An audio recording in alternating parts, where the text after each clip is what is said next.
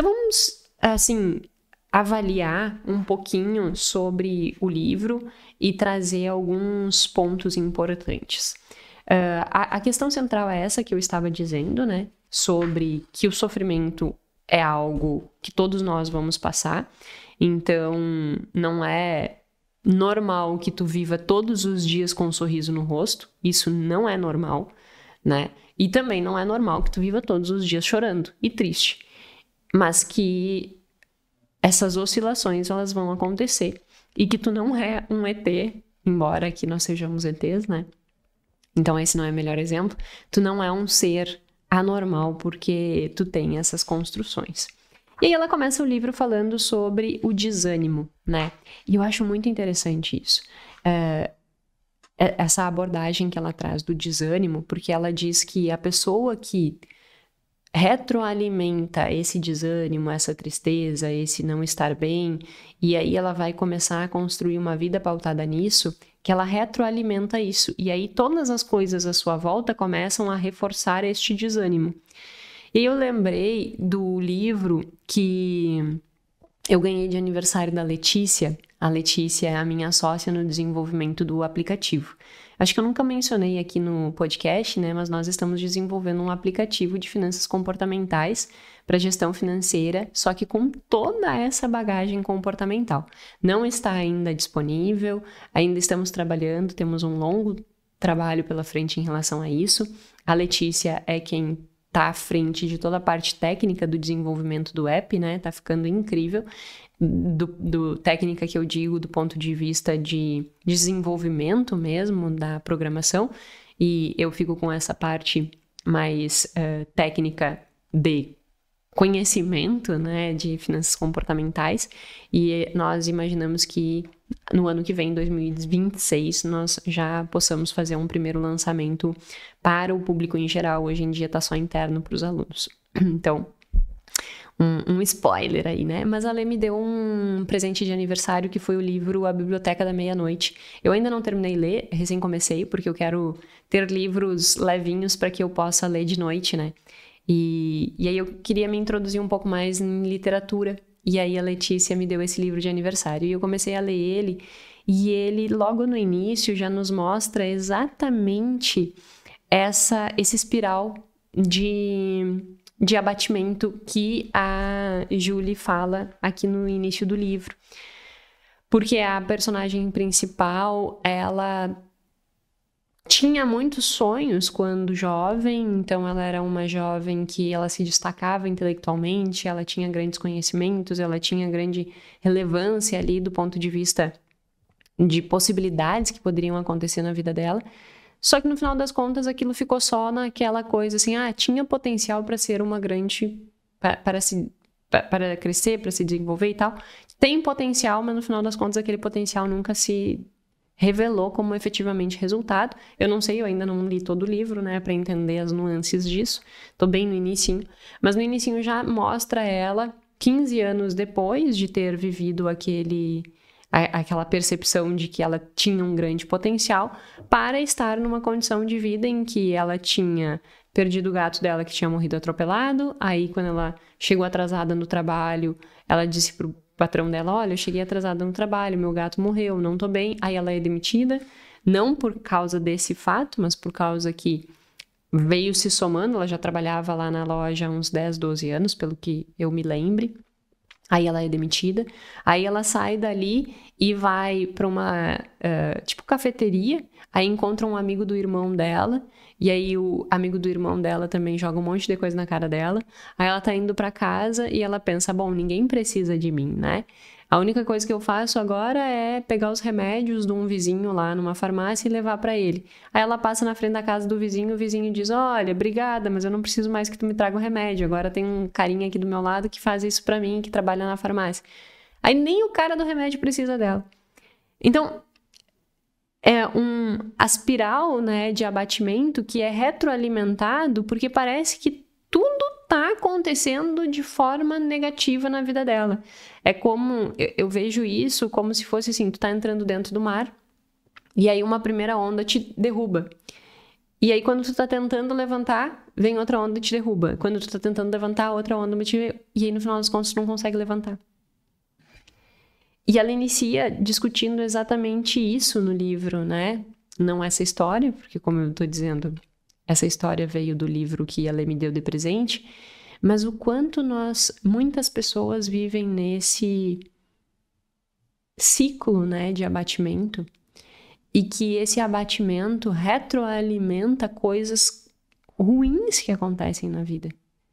Como exemplo desse livro, ela perde o gato, ela é demitida, ela escuta um monte de coisa do amigo do irmão, depois o senhor já não precisa mais dela, ninguém precisa dela. E como que isso chega nesse ponto? Não é aquilo que está acontecendo naquele dia.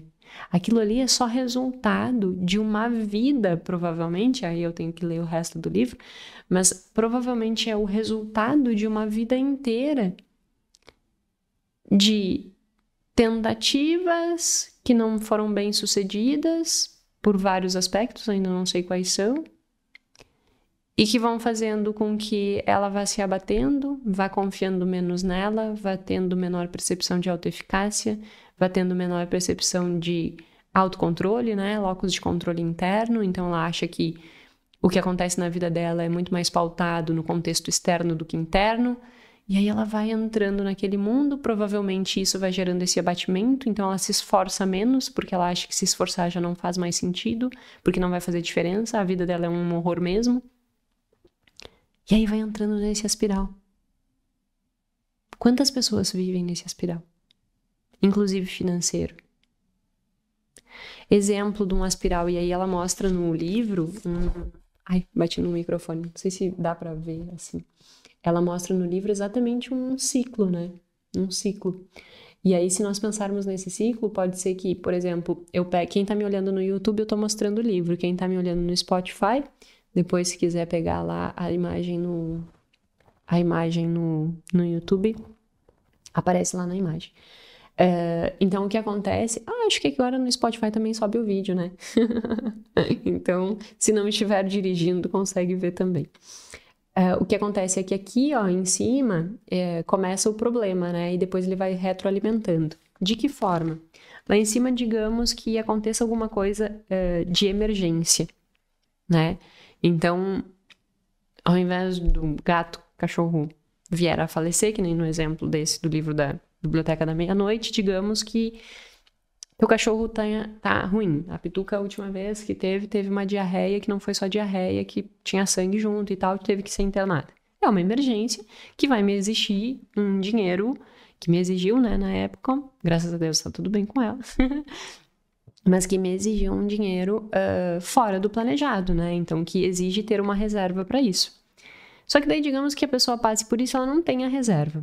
Aí vem a crença, mas de que adianta eu começar a pensar em guardar dinheiro? Digamos que ela recém tenha começado a guardar dinheiro. Aí ela vai olhar e dizer assim, mas de que adianta eu pensar em guardar dinheiro? Sempre acontece alguma coisa que coloca tudo que eu tinha guardado para fora. Aí, o que acontece? Ela começa a não guardar dinheiro. Então, digamos que o problema lá com o seu pet tenha dado 3 mil reais. Ela tinha 1.000 reais na reserva. Então, teve 2 mil de desembolso, além do que ela tinha na reserva. Só que daí acontece isso, e ela estava há um tempo construindo, né? E colocou esses 1.000 reais lá. Aí acontece isso e ela diz assim, de que adianta, né? Eu ter esses 1.000 reais? Agora vou gastar todos eles e não adiantou nem nada o esforço que eu tive. Aí o que acontece? Dali pra frente ela começa a não guardar aquele dinheiro. E aí nada muda, né? A percepção de nada muda. Aí se acontecer alguma outra coisa, agora ela já não tem mais nem os 1.000 reais, porque ela acha que não presta pra nada aquilo, porque sempre acontece alguma coisa. E aí isso amplifica o problema financeiro, porque daí ela vai precisar de mais capital de terceiro, dívidas. Então antes, em uma circunstância que de 3 mil ela precisou de 2, agora ela vai precisar dos 3 inteiro. E aí isso vai virando uma grande bola de neve. Então, adentrar neste espiral, né, de abatimento é muito perigoso para todas as áreas da vida, seja financeira, seja emocional, porque daí tu realmente acha que nada tem sentido, nada muda. E aí vai acontecer o que ela coloca nesse quadrado aqui, ó, que é retroalimentar diversos aspectos emocionais, abatimento, tristeza, influencia na sensação física, falta de energia, aumenta de apetite, por exemplo, como eu dei o exemplo de querer doce, né? Comportamental, abandonar as metas. Por que eu vou ter metas se eu nunca consigo bater? Então eu vou abandonar minhas metas. Pensamento, nada nunca dá certo para mim, eu estou sempre tendo fracassos gigantescos. E aí isso vai tornando a vida este fracasso. E aí ela traz isso, né, como a primeira discussão do livro, que eu julgo um negócio tão importante de nós olharmos para nossa vida e pensarmos, será que eu não estou dentro deste aspiral? E aí o que ela sugere? Como é que tu sai desse ciclo? Bom, primeiro identifica teu estado emocional. Como é que tu tá te sentindo? Será que tu tá com esses pensamentos que nunca dá certo pra mim, eu sou um tremendo fracasso, não adianta eu me esforçar, sempre acontece alguma coisa ruim que acaba com o meu planejamento? Será que tu tá com esses pensamentos, essas emoções? Identifica e nomeia isso. E depois identifica como que isso interfere na tua vida. Nossa, olha só, por eu estar assim, eu não tô fazendo minha reserva. E aí, o que eu tô fazendo? Me colocando numa grande prisão, comprometendo a minha segurança e a minha liberdade, que é o tema dos nossos últimos 2 episódios, né? Inclusive, eu achei eles maravilhosos, modéstia à parte. Se você não viu, volte e veja o episódio número 100 e... Deixa eu ver qual que a gente tá. O episódio 159 e 160. Estão muito bons. E aí você começa a analisar, né? Como essa variação emocional tem impactado nas tuas escolhas. Porque pode ser que essa variação, esses pensamentos, estejam retroalimentando justamente não construir uma reserva financeira. Comprar de forma imediatista, porque o que adianta eu guardar? Eu não vou, voltando ao exemplo que eu dei no último episódio, eu vou trocar minha air fryer, porque que diferença faz? É 300, 400 reais. Eu vou trocar minha air fryer, porque guardar não faz diferença. Aí tu vai lá e troca a tua air fryer. Mesmo que ela esteja funcionando. Só porque ela tá meio feinha. Porque tu acha que não faz diferença. E aí tu nunca constrói segurança financeira. Que nada tem a ver com só atender emergências. Mas que tem a ver com construir uma vida que te permita fazer escolhas. Liberdade.